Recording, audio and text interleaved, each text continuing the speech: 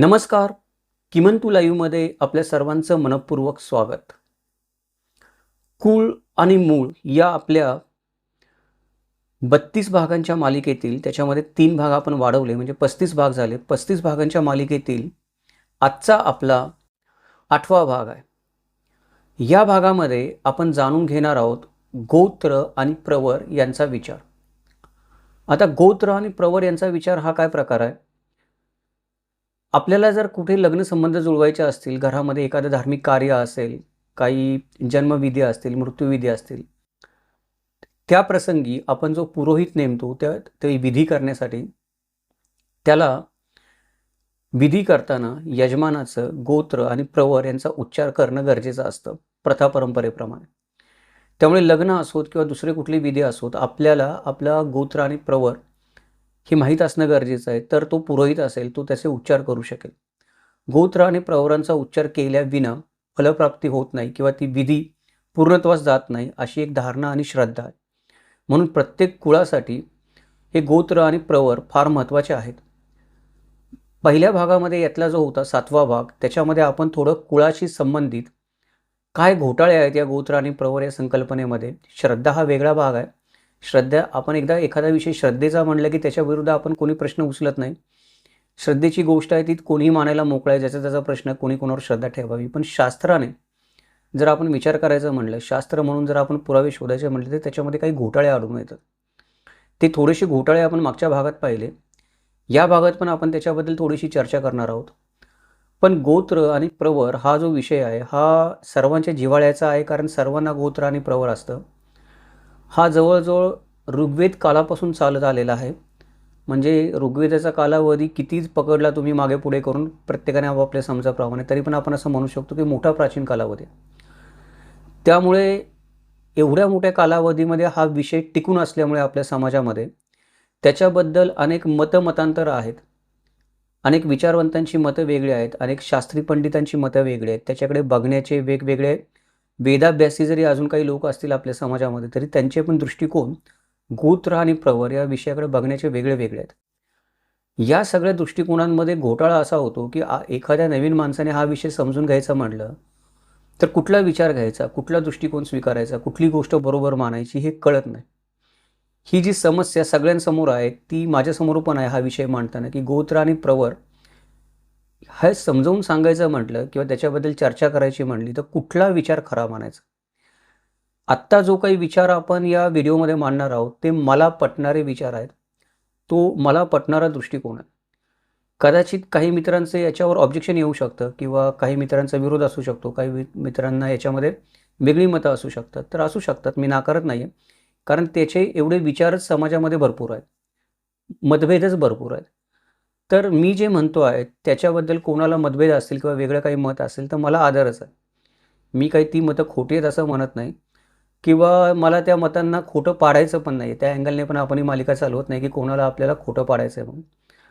मला जे थोडंसं तर्काला, विवेकाला, पुराव्याला, शास्त्राला धरून या गोष्टीबद्दल जे वाटतं आहे बरोबर, जो विचार बरोबर वाटतो आहे, जो दृष्टिकोन आपल्याला बरोबर वाटतो आहे, ज्याच्यामधून गोत्र आणि प्रवर याची जास्त तार्किक व्याख्या करता येईल असं वाटतं आहे, तो दृष्टिकोन आपण या व्हिडिओमध्ये पाहत आहोत. चला तर मग विषयाला सुरुवात करूयात. नमस्कार, माझं नाव किमंतू ओंबळे सरकार आणि आपण पाहतात किमंतू लाईव्ह. तर सगळ्यात आधी आपण गोत्र आणि प्रवर याचा विचार करतो तर आपल्याला क्षत्रिय वंशाचा विचार करावा लागतो. सूर्यवंश आणि चंद्रवंश हे जे 2 सुप्रसिद्ध वंश होते त्याच्यामध्ये अनेक ज्ञानी ऋषी होऊन गेले, मंत्रदुष्टे ऋषी होऊन गेले, मंत्र रचनाकार ऋषी होऊन गेले. त्यांच्या नावावरून या दोन्ही वंशामध्ये अनेक गोत्र चालू झाले. गोत्र ऋषी म्हणजे त्या गोत्राचा मूळ ऋषी, ज्याच्यापासून ते गोत्र चालू झालं. संभवतः अशी संभावना आहे की तो ऋषी कल्पित देखील असू शकतो किंवा तो ऋषी पूर्व क्षत्रिय राजा देखील असू शकतो. म्हणजे जेव्हा तुम्ही तुमच्या गोत्राचा विचार कराल आणि त्या कुळाचा विचार कराल आणि त्या कुळाचा एखादा गोत्र जो आहे, जो ऋषीचं जे नाव तुम्ही सांगता की आमच्या गोत्राचा मूळ पुरुष आहे, कुळाचा मूळ पुरुष आहे हा ऋषी, तर जेव्हा तुम्ही अभ्यास कराल तेव्हा तुमच्या लक्षात येईल की आपली अशी धारणा असते की ऋषी हा नेहमी ब्राह्मणच असतो वर्णाने. परंतु गोत्रांच्या बाबतीत असा प्रकार आहे की अनेक जाती धर्माचे ऋषी त्या गोत्राचे प्रमुख आपल्याला आढळून येतात. इथे काही वर्णव्यवस्था आडवी येत नाही गोत्राचा प्रमुख होण्यासाठी ऋषीला. त्यामुळे बऱ्याचदा तुमच्या गोत्राचा जो ऋषी आहे तो जन्माने किंवा वर्णाने क्षत्रिय राजा देखील असू शकतो. आणि एवढी गोत्र आहेत असंख्य, जवळजवळ शेकडोनी हजारोनी गोत्र आहेत. त्यातले सगळेच ऋषी काही खऱ्या नावाचे असतील असं नाही, किंवा खरोखर मागील काळामध्ये अस्तित्वात असतील असं नाही, किंवा कुठल्या महाभारत काळामध्ये रामायण काळामध्ये ते ऋषी अस्तित्वात असतीलच असं नाही. त्याच्यामुळे ही गोष्ट आपण सगळ्यांनी मनात ठेवली पाहिजे गोत्र आणि प्रवर याचा विचार करू तेव्हा, की एखाद्या वेळेस ज्या ऋषीचं नाव मी माझ्या गोत्राचा प्रमुख म्हणून सांगतोय तो काल्पनिक ऋषीसुद्धा असू शकतो. आता पुढे हे झालं गोत्र ऋषीबद्दल. प्रवर ऋषी म्हणजे काय आहे? तर प्रवर ऋषी म्हणजे ज्या ऋषींनी ऋग्वेदामध्ये वेगवेगळी सूक्ते लिहिली, रचली ऋग्वेदासाठी, व त्या सूक्तांनी अग्नीची आणि पंचमहाभूतांची स्तुती केली, असे कुळाचे मूळ ऋषी म्हणजे प्रवर ऋषी आहेत. आता इथे पण ही जी मी व्याख्या प्रवर ऋषींची सांगितली ती प्रवर ऋषींची आपण अगणित व्याख्या आहेत. जसं मी म्हटलं तसं याच्याबद्दल अगणित मत आहेत. प्रत्येक माणूस गोत्र ऋषीची वेगळी व्याख्या सांगतो, प्रवर ऋषीची वेगळी व्याख्या सांगतो. आपण इथे त्यातल्या त्यात आपल्याला जी बरोबर वाटते आणि आपल्याला जो विषय बोलायचा आहे त्याची जी साधारण मी साधते ती व्याख्या इथे सांगितलेली आहे. आता या गोत्र आणि प्रवरांचं महत्त्व काय आहे? तर गोत्र आणि प्रवरांचं महत्त्व मगाशी मी सांगितलं तसं वैदिक धर्मानुसार लग्न, श्राद्ध, पक्ष, उत्तरक्रिया, मुंज आणि अनेक प्रकारची इतरही धार्मिक कृत्ये जे आपण करतो, धर्मकृत्य, ती प्रारंभ करण्यापूर्वी गोत्राचा आणि प्रवराचा उच्चार करावा लागतो. का उच्चार करावा लागतो? त्याच्यावरून आपलं मूळ काय आहे त्याचं आपल्याला स्मरण होतं. म्हणजे दरवेळेला एखादा विधी होतो आणि आपलं गोत्र आणि प्रवर आपण उच्चारतो त्याच्या सुरुवातीला, त्याच्यावरून आपल्याला आणि भावी पिढीला कळतं की आपलं मूळ काय आहे. वेदांच्या रचना काळापासून ते आज सुमारे 5000 वर्ष झाली. म्हणजे राजा भरत त्याच्या पूर्वीपासून आपल्या पूर्वजांनी वंशोत्पत्तीची आपली आठवण कायम ठेवलेली आहे. जी गोत्र आणि प्रवरांची नावं आपण उच्चारतो अशी मान्यता आहे की ती 5000 वर्ष पूर्वीपासून ते ऋषी आणि प्रवर अस्तित्वामध्ये होते. शिलालेखामध्ये, ताम्रपटामध्ये पण आपल्याला अजूनही काही गोत्रांची नावं लिहिलेली दिसून येतात. त्याच्यामुळं ती गोत्र धारण करणारी कुळं कुठली होती ती आज आपल्याला कळायला मदत होते. ही कुळं किती प्राचीन काळापासून नांदत होती ते आपल्याला कळतं. म्हणजे आज मी माझं जे कुळ सांगतो त्या कुळामध्ये ज्या माझ्या ऋषीचं नाव आहे गोत्राचं आणि प्रवराचं नाव आहे, कुळं ही सर्वसाधारणपणे 10व्या शतकापासून सुरू झाली असं मानण्यात येतं. कशी झाली ते आपण पुढे बघूयात. पण गोत्र आणि प्रवर त्याच्या आधीपासून होते. म्हणजे जर मी कुळावरून माझा इतिहास शोधायला गेलो तर मी जास्तीत जास्त 11व्या-10व्या शतकापर्यंत मागे जाऊ शकेल, त्याच्या मागे नाही जाऊ शकणार. पण जर मी गोत्र आणि प्रवरावरून शोधायला गेलो तर मी त्याच्या पण मागे 5000 वर्षापासून जास्त मी माझा काहीतरी अंदाजे काय अनुमानित इतिहास तरी सांगू शकतो की असं असं असू शकतं माझं मूळ म्हणून. पण ही जी कुळं आहेत ही कुळांची आपल्याला कळतात कशी किती जुने आहेत. म्हणजे मला कसं कळलंय 10व्या शतकापर्यंत कुळं आहेत ती, तर शिलालेखामध्ये जी गोत्र आणि प्रवर लिहिली आहेत ती माझ्या कुळाची गोत्र आणि प्रवर असेल तर मी प्राचीन कुळामध्ये जन्मलेलो आहे असं मला म्हणायला काही हरकत नाही. परंतु याच्यामध्ये पण एक घोटाळा असा आहे, जसं की गोत्र आणि प्रवर शेकडोनी आहेत, त्याच्यामध्ये शेकडोनी घोटाळे आहेत. एक घोटाळा असा आहे की क्षत्रियांची आणि ब्राह्मणांची जी गोत्र आहे ती काही ठिकाणी एकच मिळतात आपल्याला. आता याचं आपण स्पष्टीकरण काय देऊ शकतो? याचं स्पष्टीकरण एकच आहे की पूर्वीच्या काळी वर्ण जे होते, आपण म्हणतो की 4 वर्ण आहेत, ब्राह्मण, क्षत्रिय, वैश्य आणि शूद्र. हे वर्ण पूर्वीच्या काळी जातीवरून ठरत नव्हते तर गुणकर्मावरून ठरत होते. जो जे कर्म करत असे तो त्या वर्णाचा उत्तरदायी होत असे. त्याच्यामुळे क्षत्रिय आणि ब्राह्मणांची जी गोत्र आहेत ती बऱ्याच ठिकाणी आपल्याला सरमिसळ झालेली किंवा एकत्र झालेली दिसून येऊ शकतात. आता ही जी गोत्र होती या गोत्रांचा माणसाला विसर पडला. म्हणजे 5000 वर्षापासून ही गोत्र चालत आली होती आणि मध्ये कालखंड असा आला की परंपराच खंडित झाली आपल्या देशामध्ये. त्याचं कारण काय होतं की इसवी सन पूर्व 567 वैशाख शुद्ध 15 या दिवशी भगवान गौतम बुद्धांचा भारत देशामध्ये जन्म झाला. त्यांनी पुढे जाऊन बौद्ध धर्माची स्थापना केली. इसवी सन पूर्व 500 पासून बौद्ध धर्माचा प्रसार भारत खंडामध्ये हळूहळू व्हायला लागला. सम्राट अशोकासारखा महान सम्राट ज्याने बुद्ध धर्माचा स्वीकार केला, एवढ्या महान सम्राटाने ज्याचं साम्राज्य अफगाणिस्तानपासून ते ब्रह्मदेशापर्यंत आणि काश्मीरपासून ते जवळपास तमिळनाडूपर्यंत पसरलेलं होतं. अशा महान सम्राटाने बुद्ध धर्म स्वीकारून त्याचा पुरस्कार करायला सुरुवात केल्यानंतर हळूहळू त्याचे सर्व मांडलिक राजे होते, त्यांचे पण इतर जे अधिकारी होते त्या सर्वांनी पण बौद्ध धर्म स्वीकारायला सुरुवात केली.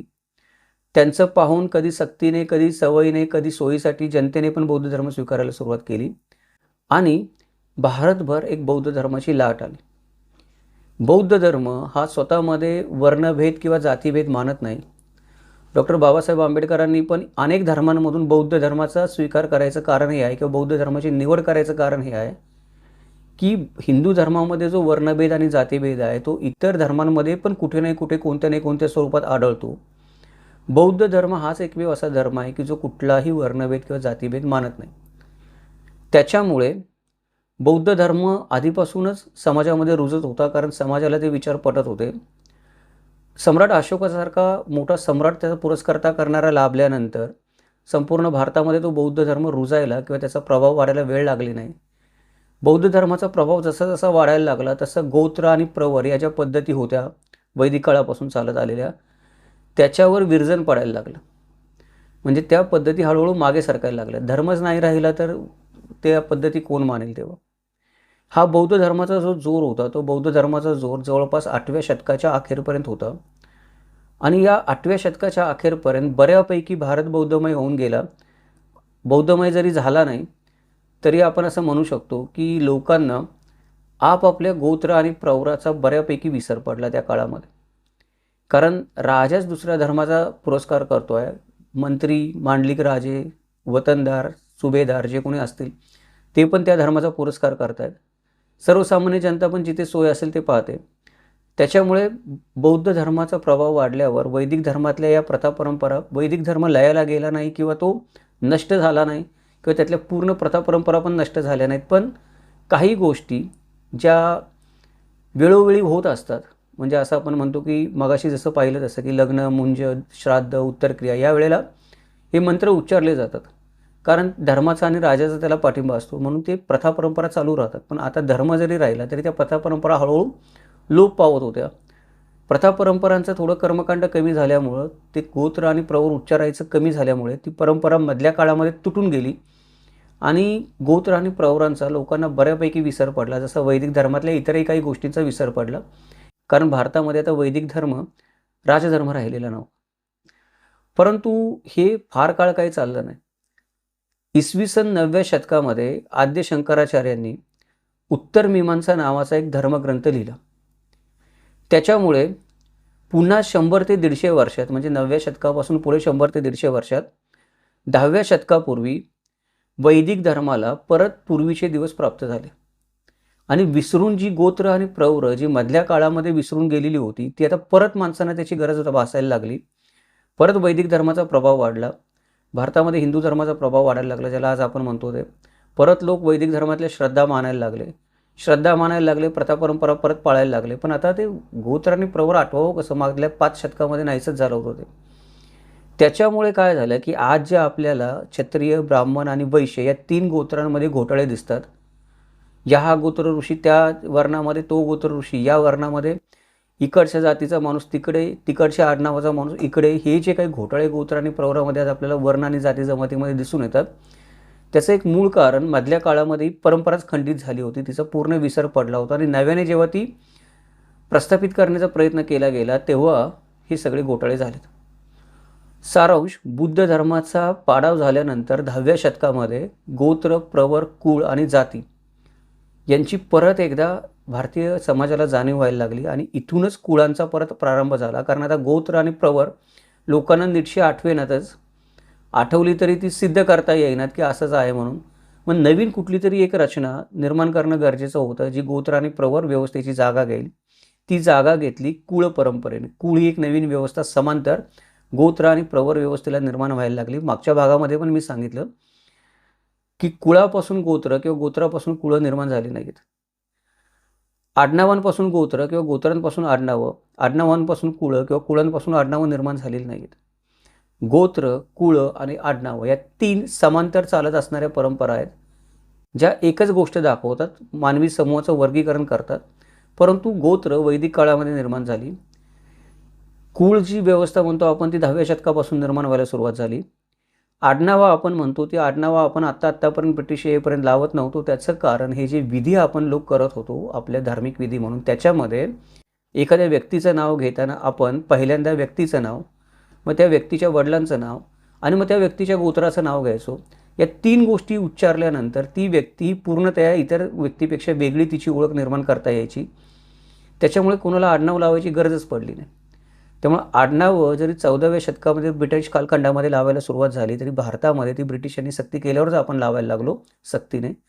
म्हणजे कुळ, गोत्र वैदिक काळामध्ये, कुळ 10व्या शतकामध्ये आणि आडनावं आत्ता आपण म्हणू शकतो 18व्या शतकामध्ये आपण लावायला सुरुवात केली. आणि 3 समांतर वेगळ्या वेगळ्या काळामध्ये निर्माण झालेल्या व्यवस्था आहेत, पण त्या एकमेकांमध्ये एवढ्या गुरफटल्या गेल्यानंतर, जाती जमाती निर्माण झाल्यानंतर आणि कुठल्याही जातीने कुठल्याही आडनाव आणि कुठल्याही कुळाने कुठलंही गोत्र स्वीकारल्यामुळं त्याच्यामध्ये खूप गोंधळाची परिस्थिती निर्माण झालेली आहे. याच्यामध्ये काय झालं की हे सगळं होत असताना काही जी गोत्र होती ती विस्मृतीमध्ये गेली काही लोकांच्या. म्हणजे हिंदू धर्मामध्ये प्रत्येक घराण्याला, कुटुंबाला गोत्र आहे किंवा होतं असं म्हणलं जातं. पण आज अनेक जाती आहेत आपल्याला, त्या स्वतःचं गोत्र विसरले आहेत असं वाटण्यासारखी परिस्थिती. कारण इतके लोक विचारणा करत असतात वेगवेगळ्या पंचांग निर्माण करणाऱ्यांकडे, साधू संतांकडे, पुजाऱ्यांकडे, पुरोहितांकडे, आमचं गोत्र कुठलं. ते पुरोहित वगैरे सोडून देऊ आपण, ज्योतिषी वगैरे. माझ्याकडे पण लोक विचारणा करत असतात, सर आमचं गोत्र सांगा. याचा अर्थ काय की आज आपण गोत्र विसरलेलो. अनेक जाती जमाती आहेत, या गोत्र विसरून गेलेले आहेत. याच्यामधल्या काही जाती जमाती अशा आहेत की ज्यांना अजून पण त्यांची गोत्र बऱ्यापैकी माहिती आहेत. म्हणजे मराठा, सोनार, गुरव, ब्राह्मण हे लोक असतील, त्यांची गोत्र ते सांगतात. ते खरे का खोटे हा वेगळा मुद्दा, परंतु त्यांना काही ना काहीतरी तरी माहिती आहे की हे आमचं असं काहीतरी गोत्र आहे. पण आता हे गोत्र म्हणजे नेमकं काय आहे, आपण त्याची व्याख्या तर सांगितली मगाशी. पण आजच्या काळामध्ये, आज ते वैदिक काळ सोडून देऊ आपण आणि ऐतिहासिक काळ पण सोडून देऊ, भगवान बुद्धांचा आणि सम्राट अशोकाचा, त्याच्यानंतर आलेल्या शंकराचार्यांचा तो काळ पण सोडून देऊ. आजच्या काळामध्ये गोत्र म्हणजे नेमकं काय आहे आपल्यासाठी, आणि गोत्र सगळ्या जाती जमातींनी का स्वीकारली. त्यातल्या काही जाती जमाती आपण असं सांगितलं जातं की या आर्य जाती जमाती नाही, ते अनार्य आहेत, हे वैदिक नाही, ते अवैदिक आहेत, तरी पण ते गोत्र सांगतात. या गोष्टीचा अजून पण नवीन काळानुसार आजच्या काळाला सुसंगत शास्त्रशुद्ध दृष्ट्याने पुराव्याच्या दृष्टीने, तर्काने, विवेकाने अजून एक त्याचा अभ्यास होणं गरजेचं आहे, जो आपल्या समाजामध्ये होत नाही. त्याची अजून गरज आहे. अशा प्रकारचा अभ्यास झाला पाहिजे, तर याच्यावर अजून थोडा प्रकाश पडू शकेल. पण ठीक आहे, तो अभ्यास जेव्हा होईल तेव्हा होईल. सगळ्या जाती जमातींनी गोत्र का स्वीकारले असतील याचा आपण काय एक अंदाज सांगू शकतो किंवा काय एक आडाखा बांधू शकतो. इथे परत वेगवेगळे विचारवंत वेगवेगळे आडाखे बांधतात, वेगवेगळ्या लेखकांची वेगवेगळी मतं आहेत. त्याच्यामुळे आपल्याला काहीतरी एखादं जे आपल्या मनाला पटतंय त्या मताबद्दल बोललं पाहिजे. तर मला जे थोडंसं सत्याच्या जवळ जाणारं मत वाटतं ते मत थोडंसं मी तुम्हाला सांगतो. ते मत असं आहे की पूर्वीच्या काळी प्रत्येक ऋषींचे वेगळे वेगळे आश्रम असतात आणि त्या आश्रमामध्ये सगळ्या जाती जमातीची मुलं शिक्षण घ्यायला येत असत. मुंज हा जो विधी असतो, मुंज झालं की त्याच्यानंतर तो विद्यार्थी गुरुच्या आश्रमामध्ये शिकायला जात असे. आता जसं आपण मगाशी म्हणलो तसं की वर्ण हे गुणावरून ठरत नसून जातीवरून कर्मावरून ठरत असावेत, हे मानायला भरपूर वाव आहे. जेव्हा तुम्ही इतिहासामध्ये जाता, जेव्हा तुमच्यासमोर विसंगती निर्माण होतात वेगवेगळ्या, त्यावेळेला आपल्याला पटायला लागतं की कदाचित वर्ण आहेत हे जन्मावरून निर्माण झाले नाहीत, ते तुमच्या गुणकर्मावरून निर्माण झालेले आहेत. त्याच्यामुळे तुम्ही कुठल्याही जातीमध्ये जन्माला आला असाल, जाती तर आत्ताच आल्यात, त्या काळामध्ये तुम्ही कुठल्याही वर्णामध्ये जन्माला आला असाल तरी पण तुम्ही एखाद्या ऋषीच्या आश्रमामध्ये शिकायला जाऊ शकायचं. तिथे काही तुमचं वर्णाचं जातीचं बंधन नव्हतं. तिथे गेल्यानंतर पण तुम्हाला जे शिक्षण घ्यायचं असेल ते शिक्षण तुम्ही घेऊ शकत असायचं. म्हणजे तुम्ही एखाद्या ऋषीच्या आश्रमामध्ये गेलात तर तुम्हाला वेदाचाच तुम्ही अभ्यास करावा असं काही नाही, किंवा तुम्हाला शस्त्रविद्या शिकायची तर तुम्ही हे वेदाभ्यास केलाच पाहिजे, त्याशिवाय तुम्हाला शस्त्रविद्या मिळणार नाही असं पण काही नाही. ज्याला वेदविद्या शिकायची असेल त्याने वेदविद्या शिकावी, ज्याला युद्धविद्या शिकायची असेल त्याने युद्धविद्या शिकावी, ज्याला दागिने घडवायची इच्छा असेल त्याने दागिने शिकावेत, ज्या एखाद्या माणसाला थोडंफार आपण म्हणतो केमिस्ट्रीमध्ये, रसायनशास्त्रामध्ये हे असेल, स्वारस्य असेल, त्याने रसायनशास्त्र शिकावं. आपल्याकडे पाहतो आपण की अनेक ऋषीमुनी हे वेगवेगळ्या शास्त्राचे प्रणेते होऊन गेलेले आहेत किंवा वेगवेगळ्या शास्त्रामध्ये त्यांनी महान काम केलेलं.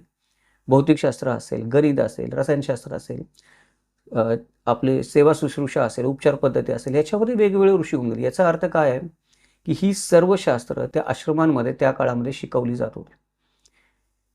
ज्याला ज्याच्यामध्ये आवड असेल तो माणूस ते शिक्षण घेत असेल, त्याला ते शिक्षण घेता येत असे, अशा पद्धतीची त्या काळातली शिक्षण व्यवस्था होती. आता विषय असा आहे की आज पण आपण बघतो की समजा मी कोल्हापूर युनिव्हर्सिटीमधून डिग्री घेतली तर मला फार अभिमान असतो, मी कोल्हापूर युनिव्हर्सिटीमधून शिकलो. एखाद्या माणसाने पुणे विद्यापीठातून डिग्री घेतली, त्याला त्याचा अभिमान असतो. एखादी व्यक्ती आहे, त्या व्यक्तीने आपण म्हणतो की केम्ब्रिजमधून डिग्री घेतलेली, एखादी व्यक्ती ऑक्सफर्डमध्ये शिकलेली, म्हणजे आपण डॉक्टर बाबासाहेब आंबेडकरांबद्दल पण म्हणतो की त्यांनी इथे या विद्यापीठातून डिग्री घेतली, अभिमानास्पद गोष्ट आहे. अनेक लोक आहेत. तर आपण जिथे शिकतो ती गोष्ट आपण अभिमानाने सांगतो किंवा आपण स्वतःला त्या विद्यापीठाचा जो कुलपती असेल त्याच्या विचारांचा वारसा सांगणारा माणूस आपण समजतो किंवा ते आपण कुळ म्हणून लावायला सुरुवात करतो. मला कोणी विचारलं तर मी म्हणतो हां, माझी डिग्री कोल्हापूर युनिव्हर्सिटीमधून घेतली आणि मास्टरची डिग्री माझी मी पुणे विद्यापीठातून घेतली. तर मला सामील होतो, मी त्या एका समूहामध्ये सामील होतो. तो समूह जो शैक्षणिक डिग्री तुम्ही कुठून घेतली त्या विद्यापीठाच्या नावाने ओळखला जातो. पूर्वीच्या काळी पण तसंच असण्याची शक्यता आहे की एखादी व्यक्ती जर जमदग्नी ऋषींच्या आश्रमामध्ये शिकली असेल, एखादी व्यक्ती वशिष्ठ ऋषींच्या आश्रमामध्ये शिकली असेल तर ती सांगेल मी जमदग्नी ऋषींचा शिष्य आहे, मी वशिष्ठ ऋषींच्या आश्रमामध्ये शिकलो आहे, मी आत्री ऋषींच्या आश्रमामध्ये शिकलो आहे, असं हे सगळे ऋषी त्या काळी एकमेकांना सांगत असणार. मग आता एक गोत्र नामं जी आहे ती गोत्रनामं सगळ्या जातीत कशी आली, परत आपण आपल्या मूळ प्रश्नाकडे येऊ. पूर्वीच्या काळी आजच्या इतकी दळणवळणाची साधनं किंवा व्यवस्था त्या काळामध्ये नव्हती. एकाच गावी अनेक पिढ्या लोक राहत असत. कधी कधी तर असं होत असेल की माझे पणजोबा कधी गावाच्या बाहेर गेले नाहीत, आजोबा पण गेले नाहीत, वडील पण गेले नाहीत, मी पण इथे लहानाचा मोठा झालो, मला पण कधी जायची वेळ आली नाही, मुलं बाळे पण माझी इथंच वाढत आहेत. त्याचं कारण दळणवळणाची साधनं नाहीत, वस्त्या लांब लांब आहेत, सोयी सुविधा नाहीत पुरेशा. त्यामुळे एका गावामध्ये लोक अनेक पिढ्या राहत असत. त्यामुळे शिक्षण पण एकाच ऋषींच्या आश्रमामध्ये त्या काळी लोकांचं व्हायचं. जो आश्रम माझ्या जवळचा आहे किंवा माझे वडील जिथे शिकले तिथेच मी शिकायला जाणार, मी दुसरीकडे शिकायला जाणार नाही, कारण परंपरा चालत आलेली आहे ती. त्यामुळे ज्या ऋषींच्या आश्रमामध्ये आपलं कुटुंब शिकलं त्याचं नाव गोत्र म्हणून लोकांनी पुढं स्वीकारलं असलं पाहिजे. आणि ही गोष्ट काही आपले ब्राह्मण समाजातले मित्र असतील तर त्यांनी पण थोडं याच्यावर प्रकाश टाकला तर बरं होईल. ब्राह्मण समाजामध्ये पण वेगळी वेगळी गोत्र आणि वेगळे वेगळे ऋषी आढळतात. आणि काही ऋषी आहेत ते ब्राह्मण समाजातले नाही आहेत, तरी पण ब्राह्मण समाजातले आपले मित्र त्यांचं नाव गोत्र म्हणून लावतात. तर त्याचं पण एक कारण हेच असले की ज्या ऋषींच्या आश्रमामध्ये ब्राह्मण समाजातली व्यक्ती शिकली ती जन्माने ब्राह्मण नसेल, परंतु मी त्या ऋषींच्या आश्रमामध्ये शिकलो म्हणून मी त्यांचं नाव गोत्र म्हणून स्वीकारलेलं आहे. नंतरच्या काळामध्ये दळणवळण वाढलं, सोयी झाल्या, लोक इकडून तिकडे जाऊ लागले, उत्तर भारत आणि दक्षिण भारत एकमेकांशी जुळून येऊ लागला. त्यावेळेला या ऋषींनी पण आपले आश्रम एक जागा सोडून दुसऱ्या ठिकाणी सुरू केले असले पाहिजे. जसं आपण बघतो की एका विद्यापीठाचं उपविद्यापीठ चालू होतं. जसं मुंबई विद्यापीठाचं एक उपकेंद्र आमच्या ठाण्यामध्ये आहे, माझ्या घराच्या शेजारीचं आहे मुंबई विद्यापीठाचं, पण आज सोय आहे ना इथे केंद्र चालू केलं जाऊ शकतं. तशा पद्धतीने ही केंद्र किंवा आश्रम देखील सामील झालेले असावेत. त्यामुळे आपल्याच आश्रमामध्ये आता एकाच ऋषीच्या आश्रमामध्ये शिकायला जायची काही कोणाला गरज नाही लागली की जवळच्या ऋषीच्या आश्रमामध्ये जातो तोच जवळ आहे, लांबच्या ऋषीच्या आश्रमामध्ये कुठे जायचं, ही जी अडचण होती ती अडचण आता दूर झाली होती. मूळ उत्तरेत असलेल्या अनेक ऋषींनी त्यांचे आश्रम होते ते दक्षिणेमध्ये स्थापन केलेले आपल्याला दिसून येतात. ज्याला जे गोत्र ज्याच्या कुटुंबाला घराण्याला लागलं असेल त्या ऋषीने काय केलं, त्या माणसाने काय केलं की त्या ऋषीचं नाव आपल्या घराण्याला लावलं. अनेक मूळ ऋषी जे होते ते क्षत्रिय होते, काही ऋषी होते दुसऱ्या जाती जमातींचे होते, तरी पण त्यांची गोत्रनामं ब्राह्मण समाजात आढळतात. त्याच्या मागं एक कारण हे देखील असावं असं मानायला भरपूर वाव आहे. आता हे झालं थोडंसं विश्लेषण की आपण आडाखा बांधला एखादा की का गोत्रांची नावं वेगवेगळ्या जाती जमातीत आढळतात, त्याच्याबद्दलचा हा एक थोडासा पटणारा अंदाज आहे. पण आता या गोत्रांचा कुळांबरोबर जो उपयोग असतो तो कुळांबरोबरचा उपयोग कसा व्हायला लागला, गोत्र कुळाला कसं जोडलं गेलं. आजही आपण काय करतो की गोत्रांचा उपयोग लग्न ठरवताना करतो. एक गोत्री विवाह किंवा सगोत्री विवाह करू नये असं आपण आजही म्हणतो. आपण एका ऋषींचे वंशज आहोत अशी आपली समजूत असल्यामुळे त्या ऋषींच्या कुळामध्ये आपण विवाह करू नये अशी एक धारणा आहे. आता ही एक धारणा झाली की सगोत्री विवाह न होण्यामागं आणि गोत्र हे त्या कुळाला चिकटण्यामागं. दुसरी गोष्ट की 2 वेगवेगळ्या ऋषींच्या आश्रमामध्ये जर लोक शिकलेले असतील, तर प्रत्येक ऋषीची शिकवण्याची पद्धत वेगळी असणार आहे. प्रत्येक ऋषीचं ज्ञान वेगळ्या प्रकारचं असणार आहे. जर मी माझ्या कुळामध्ये विवाह केला, तर मला काय होणार आहे? त्याच कुळामधल्या ऋषीचं ज्ञान मिळणार आहे, ज्या कुळामध्ये मी शिकलेलो. माझी ज्ञानाची कक्षा रुंदावणार नाही. त्याच्यामुळे वेगळ्या कुळामध्ये किंवा वेगळ्या गोत्रामध्ये लग्न करावं अशी जी धारणा प्रस्थापित झाली, तिचं पहिलं कारण म्हणजे सगोत्री एक गोत्री विवाह होऊ नये म्हणून वेगळ्या गोत्रात विवाह व्हावा. आणि दुसरं एक आपण अशी शक्यता सांगू शकतो की मला दुसरे ऋषींनी जे काही शिकवलेलं आहे त्यांच्या गोत्रात त्यांच्या माणसाला, जर त्याच्याशी माझे संबंध झाले, तेही ज्ञान मला आपोआप मिळेल. म्हणजे एखादे ऋषी असतील ते भौतिकशास्त्रामध्ये किंवा गणितामध्ये त्यांचं ज्ञान असेल, दुसरे ऋषी असतील त्यांचं मगाशी मी म्हटलं तसं की चिकित्सेमध्ये आजारपणावर काम करण्यासाठी वैद्यकशास्त्रामध्ये आणि रसायनशास्त्रामध्ये ज्ञान आहे. तर त्या ऋषींच्या आश्रमामध्ये शिकणारा माणूस रसायनशास्त्र आणि वैद्यकशास्त्र, आणि माझ्या आश्रमामध्ये शिकलेला मी आणि माझे सर्व गुरुबंधू भौतिकशास्त्र आणि गणित, त्याच्या 2 गोत्रांमध्ये जर संबंध झाले तर ज्ञानाची देवाणघेवाण होणं सोपं होतं. समाजाच्या वाढीला आपण म्हणतो की हातभार लागू शकतो. त्याच्यामुळे आपण दुसऱ्या ऋषीचं ज्ञान आपल्या गोत्रामध्ये यावं किंवा आपल्या घरामध्ये यावं म्हणून पण विभिन्न गोत्रामध्ये विवाह करण्याची प्रथा पडली असली पाहिजे. आता हे सगळे पण काय आहेत? थोडेफार पटणारे आहेत पण अंदाजच आहेत, कारण आपण कोणी मागे जाऊन बघायला गेलो नाही की काय झालं असेल त्या काळी. आता हे कारण काय की अंदाज का बांधावे लागतात आपल्याला? त्याचं कारण असं आहे की भारताचा इतिहास आणि संस्कृती ही एवढी प्राचीन आहे की नेमका कोणत्या वेळेला कोणता सामाजिक विचार त्यावेळेच्या कोणत्या माणसाने केला असेल हे आज सांगता येणं अवघड नाही, अशक्यप्राय गोष्ट आहे. आपल्याला आपल्या भारत देशाचा चंद्रगुप्त मौर्यापर्यंत पण नीट राजकीय इतिहास मिळत नाही. नीट राजकीय इतिहास मिळत नाही म्हणजे कसं, जो काही मिळालेला आहे ते आपल्याला शिलालेख, थोडीफार ताम्रपत्र, परक्यांनी जो काही इतिहास लिहिला त्याच्यामधून मिळालेला आहे.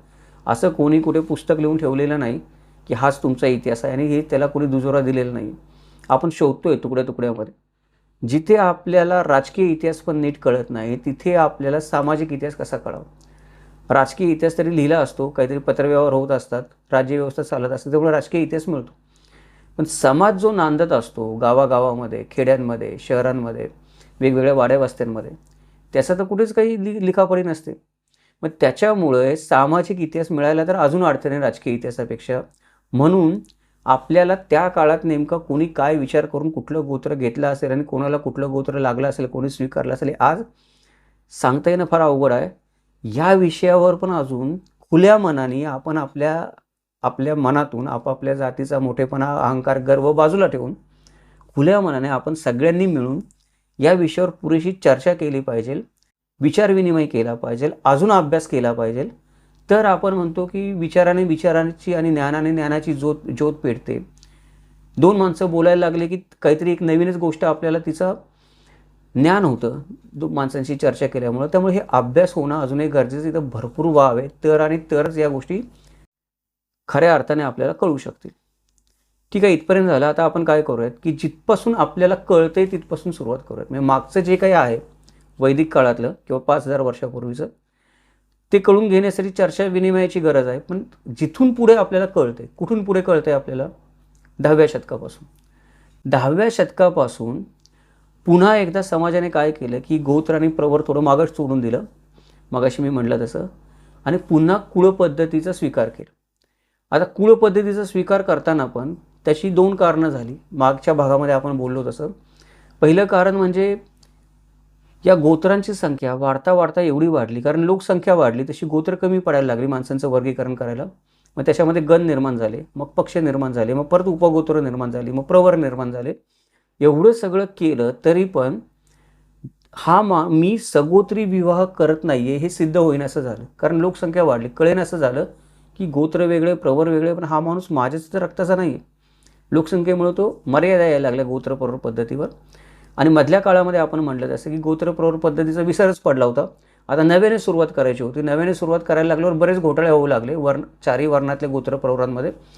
म्हणून त्याला समांतर अशी 10व्या शतकामध्ये कुळ व्यवस्था चालू झाली. या कुळ पद्धतीचा जो स्वीकार आहे तो क्षत्रिय आणि ब्राह्मण दोन्ही समाजांनी केला. क्षत्रिय आणि ब्राह्मण दोघांनी कुळ पद्धती स्वीकारली म्हणल्यावर उरलेल्या 2 वर्णातल्या लोकांनी पण ती पद्धती स्वीकारायला सुरुवात केली. तेव्हापासून कोणकोणत्या गोत्रात आणि कोणकोणत्या प्रवरात विवाह संबंध घडू नयेत हे ठरवण्यासाठी 10व्या शतकापासून पुन्हा एकदा आपण म्हणू शकतो की सर्व वर्णांनी मिळून हळूहळू कुळपद्धतीचा स्वीकार करायला सुरुवात केली आणि पूर्वीप्रमाणे जी गोत्र आणि प्रवर बघण्यामध्ये अडचण येत होती, खरंच हे गोत्र आणि प्रवर तेच आहे का, खरंच हा माझा रक्तबंधू नाही आहे का, हे समजण्यामध्ये जी अडचण येत होती ती अडचण कुळपद्धती सगळ्याच वर्णांनी हळूहळू स्वीकारल्यामुळं नाहीशी झाली. त्याचं कारण असं होतं की कुळपद्धती जी होती ती सर्वांच्याच सोयीची होती. आता मागची अडचण निर्माण झाली, कोण कुठल्या गोत्राचा प्रवराचा विचार करायचं काही कारण नाही, कोण कुठल्या कुळातला बघला की विषय संपला. अशा रीतीनं राजपुतांमध्ये जवळपास 35-36 कुळं निर्माण झाली. पुढे ज्यावेळेला मराठ्यांचा उदय झाला महाराष्ट्राच्या भूमीवर, मराठा या जातीचा उदय झाला 15व्या शतकापासून पुढे, आणि त्यांच्यामध्ये पण नंतर अशा प्रकारे 96 कुळं निर्माण झाली. कायस्थ क्षत्रियांमध्ये आपल्याला 42 कुळं अस्तित्वात आलेली दिसून येतात. त्याच्या पुढे जाऊन जर तुम्ही विचार केला तर हे बघून या सर्व लोकांकडे, या सर्व वर्णांकडे मागासवर्गीयातला मागासवर्गीय जरी समाज असेल तरी त्याच्यामध्ये पण आपल्याला 4-5 कुळं दिसून येतात प्रत्येक जातीमध्ये. त्याच्याही पुढे गेलात तुम्ही तर भटका विमुक्त जरी समाज असेल तरी भटक्या विमुक्त समाजामध्ये आपण त्याच्याबद्दल व्हिडिओ बनवणारच आहोत. भटका विमुक्त जाती आणि मागासवर्गीय जाती कुठल्या आहेत, त्यांचा इतिहास काय आहे, त्याच्याबद्दल आपण मालिका बनवणारच आहोत. तर त्या निमित्ताने माझा थोडा त्या विषयाचा अभ्यास झाला आहे म्हणून मी सांगतो की या भटक्या विमुक्त समाजामध्ये पण आपल्याला 4-5 कुळं दिसून येतात. त्याच्यामध्ये पण परत या कुळात रोटी बेटी व्यवहार होत नाही, तो आमच्यापेक्षा लहान तो मोठा, ही परत जाती व्यवस्था तिथे पण दिसून येते आपल्याला. म्हणजे कितीही मागासवर्गीय समाज असू देत, किती आपण म्हणून दुर्बल जात असू देत, तिच्यामध्ये कुळं आहेतच. ती कुळ व्यवस्था जी आहे ती 10व्या शतकापासून सगळ्यांनी स्वीकारायला सुरुवात केली, कारण ती सगळ्यांच्या सोयीची होती. पुढे जाऊन या कुळांची पण काही उपकुळं निर्माण झाली, त्यांची परत काही पोटकुळं निर्माण झाली. आता उपकुळ आणि पोटकुळ काय ते पण आपण कुळ म्हणजे काय त्याच्यामध्ये पाहणार आहोत. या सर्व गोष्टींमधून परत आडनावं निर्माण झाली आणि एकाच उपनामाच्या किंवा एकाच आडनावाच्या कुटुंबामध्ये विवाह होत नाही हे कुळावरून ठरवता येणं सोपं झालं. त्यामुळे ही जी कुळपद्धती होती ही कुळपद्धती सर्वच वर्णातल्या लोकांना सोपी पडायला लागली. पण अजून एक समस्या त्याच्यामध्ये निर्माण झाली. म्हणजे कुळपद्धतीने गोत्र आणि प्रवर पद्धतीतली अडचण दूर केली, पण कुळपद्धती स्वीकारल्याने एक अडचण निर्माण झाली. ती अडचण कुठली होती की ही जी आडनावं होती त्या आडनावांवरून जरी आपण ठरवायचं म्हणलं की हा माणूस माझ्या कुळातला आहे का नाही, तर सर्वच जातींनी अनेक आडनावं स्वीकारली. म्हणजे काही आडनावं आपण बघतो की शिंदे हे जे आडनाव आहे, शिंदे आडनाव तुम्हाला ब्राह्मण जातीपासून ते मागासलेल्यातल्या मागासलेली जात आणि भटक्या विमुक्तांमधली सगळ्यात शेवटची जात की जिची 4च माणसं कुळं शिल्लक असतील असं धरा तुम्ही एखाद्या जातीमध्ये, तिच्यामध्ये पण तुम्हाला शिंदे आडनाव सापडण्याची शक्यता जास्त.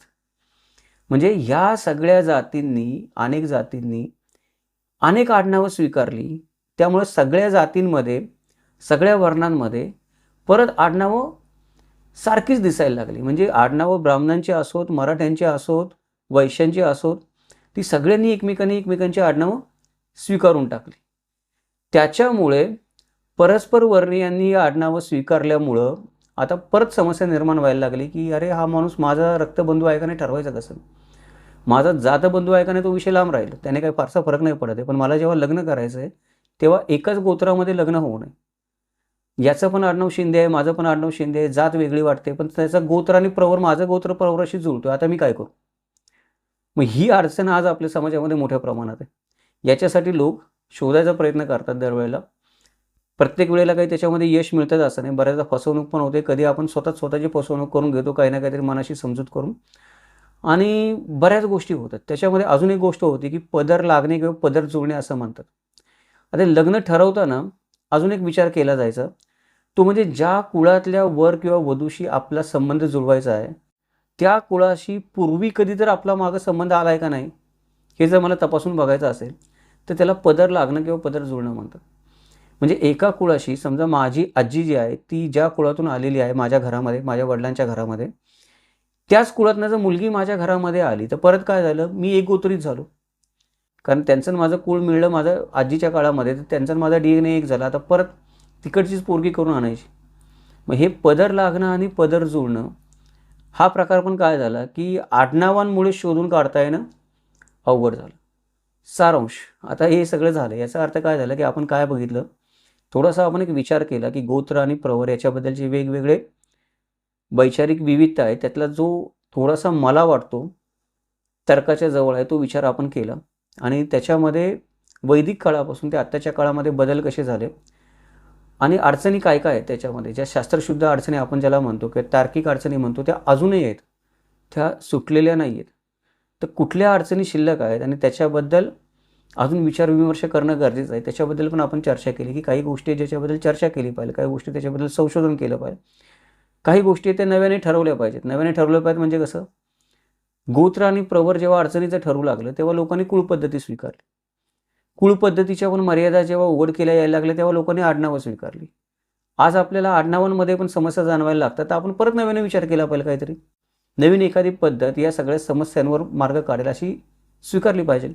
त्याच्याबद्दल कट्टर राहायचं आपण काही कारण नाही, आमच्या धर्मामध्ये लिहिलं आहे किंवा माझ्या जातीमध्ये लिहिलं आहे किंवा माझे पूर्वज अमुकच आहेत, नवीन पद्धती आम्ही स्वीकारणारच नाही, हाटवादीपणा सोडून दिला पाहिजे. कारण आपल्या पूर्वजांनी पण सोडून दिला होता, जेव्हा गरज लागली तेव्हा त्यांनी सोडून दिला आणि प्रगत पद्धत स्वीकारली या समस्येवर मार्ग काढण्यासाठी. आजही समस्या आहेत, मग अशी मी म्हणायचं गोत्र प्रवरमध्ये आहेत, कुळामध्ये आहेत, आडनावामध्ये आहेत. काय करायला पाहिजे? आता हा प्रश्न मी तुम्हाला विचारतो, काय करायला पाहिजे? जर हा व्हिडिओ तुम्हाला आवडला असेल तर काय करायला पाहिजे ते अवश्य खाली प्रतिक्रियेमध्ये कळवा. आपल्या प्रत्येकाच्या मताचा आपण आदर केला पाहिजे, त्यामुळे तुमचं मत जर तुम्ही मला सांगितलं तरी त्याच्याबद्दल आदरच आहे. जे काही तुम्हाला वाटतं आणि ही समस्या सोडवण्यासाठी काय करावं आवर्जून प्रतिक्रियेमध्ये कळवा. आज आपण इथेच थांबूयात. उद्या आपण याच भागातला पुढचा व्हिडिओ बघणार आहोत आणि पुढचा जो व्हिडिओ आहे तो आहे गोत्र व प्रवर याचा इतिहास. मग तुम्ही म्हणाल की सर हे आत्ता सांगितलं ते काय होतं, हा गोत्र आणि प्रवरचा इतिहास नव्हता काय? नाही, हे गोत्र आणि प्रवर काय आहे त्याच्याबद्दल जे वेगळे वेगळे विचार आहेत त्यातला एक विचार फक्त मला जो जुळतोय तो आपण बघितला.